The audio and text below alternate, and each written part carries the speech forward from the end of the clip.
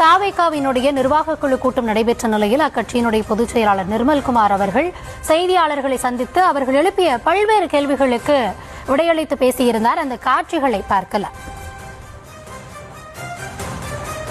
இந்த இடைப்பட்ட காலத்துல அதிமுகவுடைய பொதுக்கூட்டங்கள்ல தாவேகாவுடைய கொடிகள் பறந்ததா எடப்பாடி அவர்களே அதை நிறைய விஷயங்கள் இந்த ஒரு மாதத்துல பத்திரிகையாளர் நிறையவரும் எல்லாரும் இல்ல நிறைய விமர்சகர்களும் எங்களை நாங்க அமைதியாக இருந்தோம். பட் நீங்க எல்லாம் எங்க சம்பந்தப்பட்ட பல விமர்சனங்கள் பல விவாதங்கள் நீங்க நடத்துறீங்க. அது எல்லாத்துக்கும் இப்ப கடைசியில ஏன்ட்ட கேள்வி கேட்டு நீங்க பதில் சொல்லுங்கன்னா கண்டிப்பாக எங்களுடைய நிலைப்பாட்டில் ஒரு மாதத்திற்கு முன்னால் என்ன நிலைப்பாடோ நான் அன்னைக்கே சொல்லிட்டோம். அந்த நிலைப்பாட்டில் எந்த ஒரு மாதத்துக்கு முன்னால் என்ன நிலைப்பாடோ அந்த நிலைப்பாட்டில் இப்போ வரைக்கும் எந்த மாற்றமும் இல்லை. நாங்க அமைதியா இருந்தோம். நீங்க எல்லாம் விவாதம் பண்ணிட்டு அப்புறம் அதுக்கு பதில் சொல்லுங்கன்னா நாங்க எங்க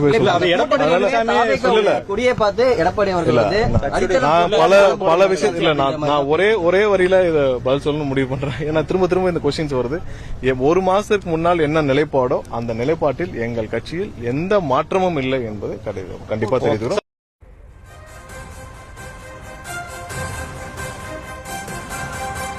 செய்தியாளர் சந்திப்பின் போது கூட்டணி தொடர்பான கேள்வி எழுப்பப்பட்டது. பாஜகவுடன் கூட்டணி இல்லை என அவர் உறுதிபட தெரிவித்திருக்கிறார். ஒரு மாதத்திற்கு முன்பாக தாங்கள் எந்த நிலைப்பாட்டில் இருந்தோமோ அதே நிலைப்பாட்டில்தான் இன்றைக்கும் இருக்கிறோம். தொடர்ந்து பொதுவெளிகளில் விவாதிக்கப்படுவதற்கு நாங்கள் எப்படி பொறுப்பாக முடியும், அதற்கு நாங்கள் எப்படி பதில் கூற முடியும் என அவர் பேசிய அந்த காட்சிகளை பார்த்தோம். இது குறித்த முழுமையான விவரங்களோடு நம்முடைய செய்தியாளர் வெங்கட்ரமணன் இணைந்திருக்கிறார். வெங்கட், வணக்கம். தொடர்ந்து தாவேகாவினர் எப்போது செய்தியாளர்களை சந்திப்பாங்க, இல்ல நடந்த விவரங்கள் தொடர்பாகவோ இன்னும் பிற கேள்விகளுக்கு எப்போ பதிலளிப்பாங்க அப்படின்ற ஒரு எதிர்பார்ப்பு இருந்தது.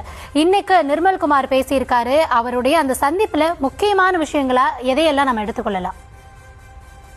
கரூர் துயர சம்பவத்திற்கு பிறகாக தமிழக வெற்றி கழகத்துல புதிய நிர்வாக குழுவினை அக்கட்சியின் தலைவர் விஜய் நேற்று அறிவித்திருந்தார்.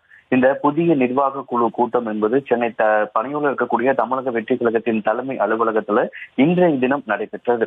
28 உறுப்பினர்கள் கொண்ட புதிய நிர்வாக குழுவை நேற்று அறிவித்த நிலையில இன்னைக்கு அந்த